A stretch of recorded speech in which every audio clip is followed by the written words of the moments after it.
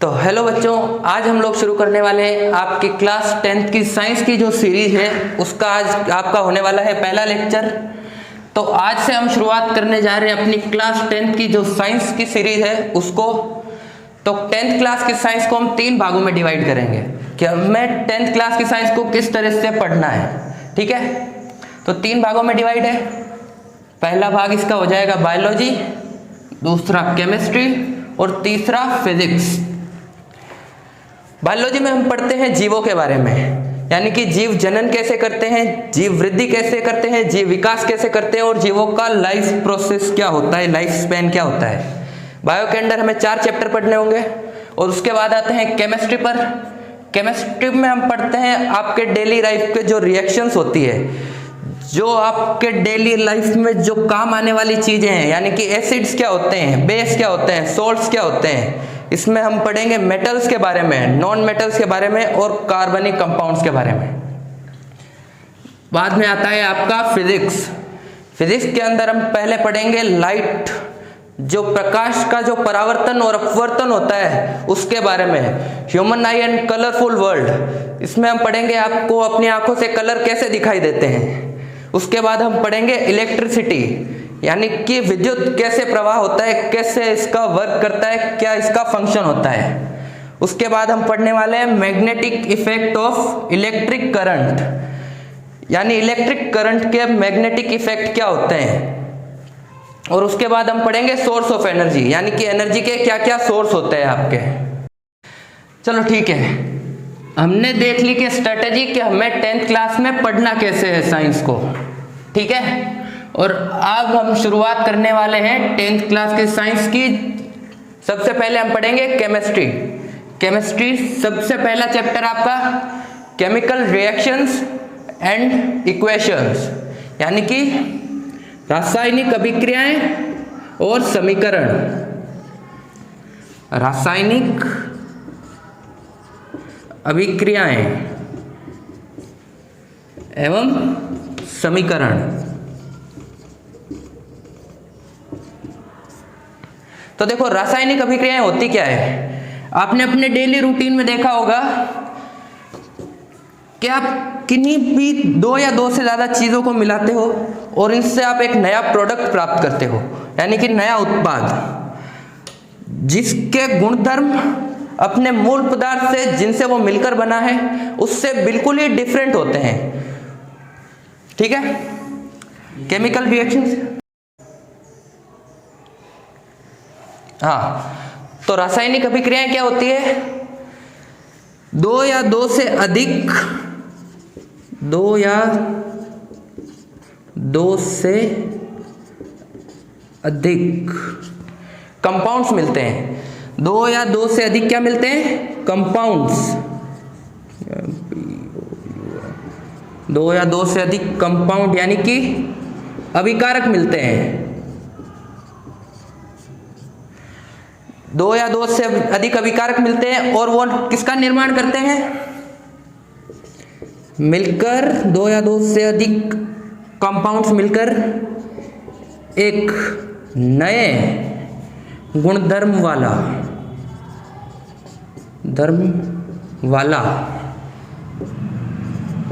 उत्पाद यानी कि प्रोडक्ट बनाते हैं,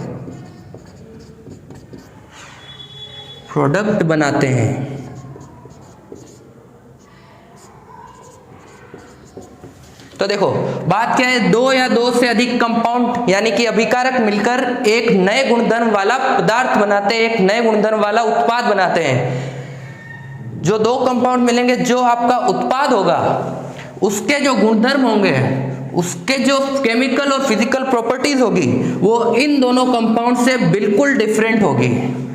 ठीक है, अब आपके अभिकारक क्या होता है, अभिकारक देखते हैं।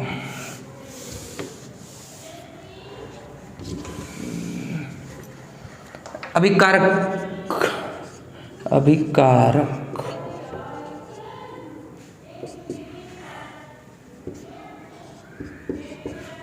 जो कंपाउंड्स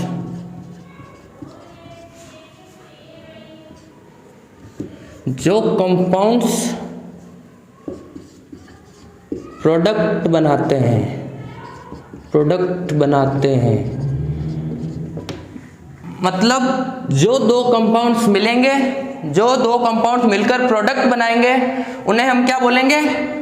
अभिकारक बोलेंगे, यानी कि रिएक्टेंट बोलेंगे। और प्रोडक्ट क्या होता है आपका? प्रोडक्ट यानी कि उत्पाद। उत्पाद होता है जो दो कंपाउंड्स मिलकर जो आपका बना रहे हैं, जो एक नया पदार्थ बनता है, ये प्रोडक्ट होता है आपका बनने वाला नया पदार्थ। यानी कि दो रिएक्टेंट मिलकर जो एक नया पदार्थ बनाते हैं, उसको हम बोलते हैं उत्पाद, यानी कि प्रोडक्ट। अब आते हैं हम chemical reactions.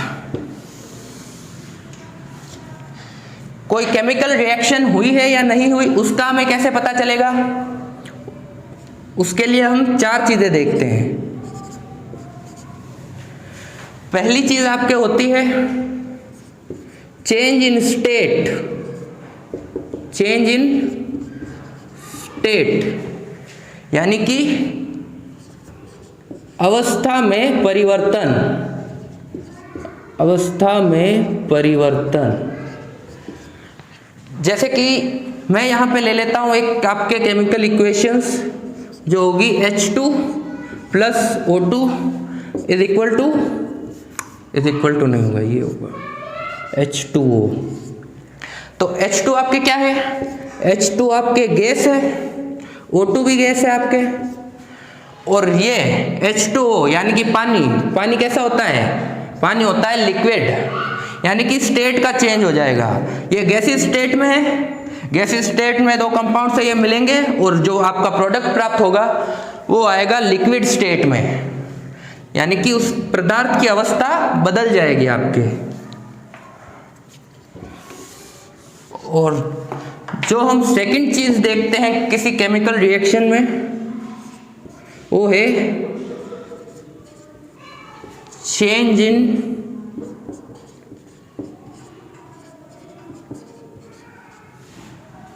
Temperature. Change in temperature यानी कि तापमान में परिवर्तन।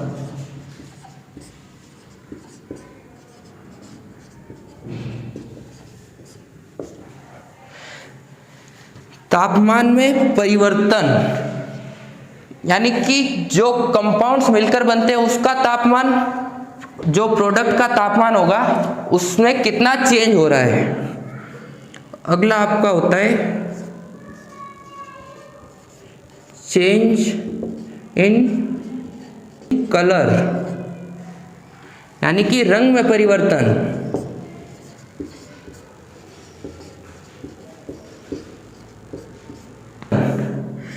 जो आपके रिएक्टेंट होते हैं, आपके जो रिएक्टेंट, जो कंपाउंड रिएक्टेंट हो गए, उनका कलर प्रोडक्ट में आएगा तो उनका कलर चेंज होगा या नहीं।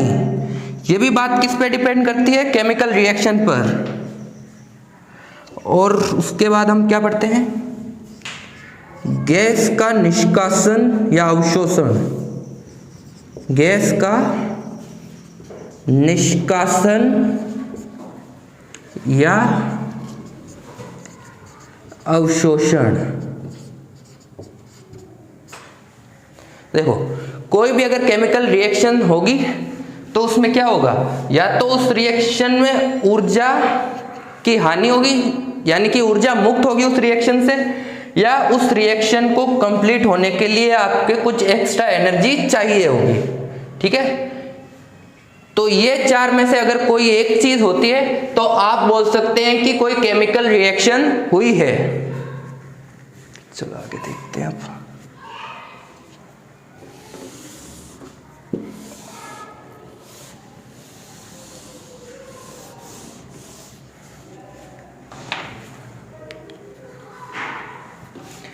अब आते हैं हम केमिकल इक्वेशन पे।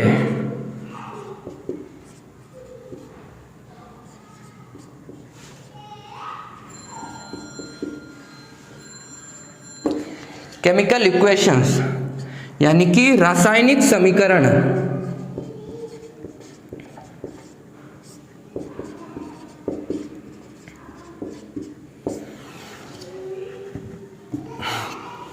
जैसे कि हमने एक एग्जांपल में देखा था H2 यानी कि हाइड्रोजन गैस, हाइड्रोजन और ऑक्सीजन,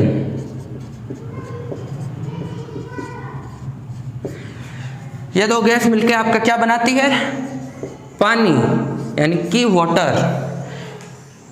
इसको ऐसे ना लिखकर आंकिक रूप में हम ऐसे लिखते हैं H2 प्लस O2 H2O।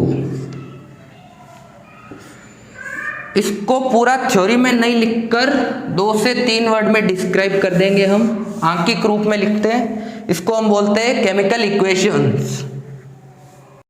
तो आइए अब हम देखते हैं आपके संतुलित रासायनिक समीकरण यानी कि बैलेंस्ड केमिकल रिएक्शन। तो केमिकल रिएक्शन एक्चुअली में होती क्या है? केमिकल रिएक्शन होती है आपके ओनली रीअरेंजमेंट ऑफ एटम्स। इसमें क्या होता है? आपके एटम्स का रीअरेंजमेंट होता है, यानी कि एटम सिर्फ इधर से उधर होंगे, उसके अणु में कोई तरह का बदलाव नहीं आएगा। यानी कि आपके जितने रिएक्टेंट में जो अणु है वो प्रोडक्ट में भी उतने ही अणु होंगे, उसमें कोई बदलाव आपके नहीं आएगा। ठीक है, यहाँ पे हमने एक रिएक्शन लिए H2 प्लस O2 जो मिलके क्या बनाते हैं? H2O बनाते हैं। H2O यानी कि पानी बनाते हैं। अब यहाँ पे हम देखेंगे ये क्या, ये केमिकल रिएक्शन बैलेंस है। तो इसके लिए हम अणु देखते हैं।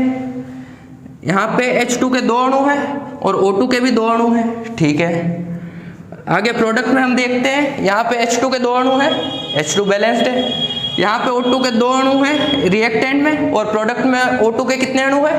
1 अणु। तो ये बैलेंस नहीं है। हमें यहाँ पे इसको बैलेंस करने के लिए O2 के 2 अणु करना पड़ेंगे, तो हम यहाँ पे इसको 2 से गुणा कर देंगे। ठीक है, यहाँ पे O2 के 2 अणु हो जाएंगे, लेकिन यहाँ पे H2 से भी मल्टीप्लाई हो जाएगा, ये 2 H2 के हो जाएंगे 4 अणु, यानी कि रिएक्शन में फिर से एक मिसबैलेंस आ जाएगा, H2 के हो जाएंगे 4 अणु। अब इसको बैलेंस करने के लिए हम थोड़ा रिएक्टेंट में चेंज करेंगे। रिएक्टेंट के आगे भी हमें एक 2 लगाना पड़ेगा। अब यहाँ क्या होगा? H2 के 4 अणु हो जाएंगे और O2 के 2 अणु हो जाएंगे, और प्रोडक्ट में H2 के 4 अणु और O2 के 2 अणु, यानी कि ये हो गई आपकी केमिकल रिएक्शन बैलेंसिंग। ठीक है,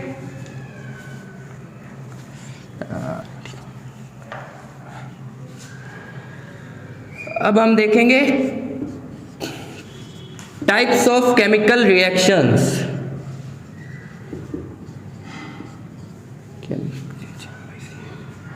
केमिकल रिएक्शंस,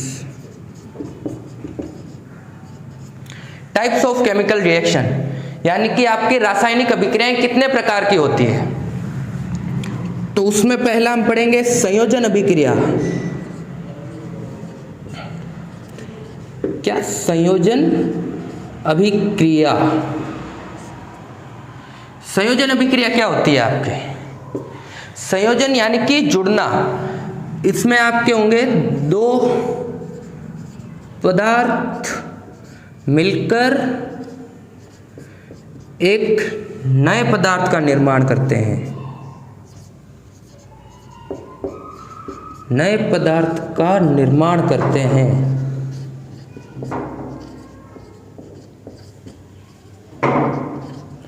यानी कि इसमें आपके 2 पदार्थ जुड़ेंगे और उससे आपका बनेगा एक नया पदार्थ, यानी कि एक नया उत्पाद बनेगा उससे आपका। ठीक है, संयोजन अभिक्रिया। अब आ जाती है वियोजन अभिक्रिया।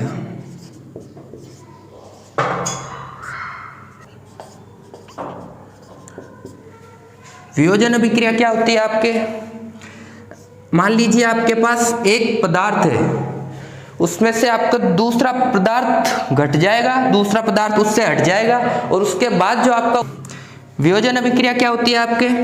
मतलब मान लीजिए आपके पास एक पदार्थ है, उसके अंदर से आपका दूसरा पदार्थ माइनस हो जाएगा, यानी कि दूसरा पदार्थ आपका बिल्कुल ही हट जाएगा, और उसके बाद जो आपके पास जो बचेगा प्रोडक्ट, उसको बोलते हैं हम वियोजन अभिक्रिया, इस पूरी अभिक्रिया को। यानी कि एक पदार्थ में से दूसरा पदार्थ आपके हो जाएगा माइनस। दो एक पदार्थ में से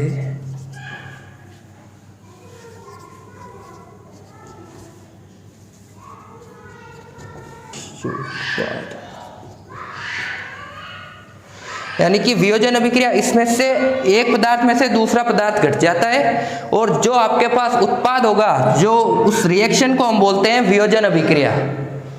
चलिए आज की क्लास रखते हैं यहीं तक। ये हो गया आपका पार्ट 1 इस चैप्टर का।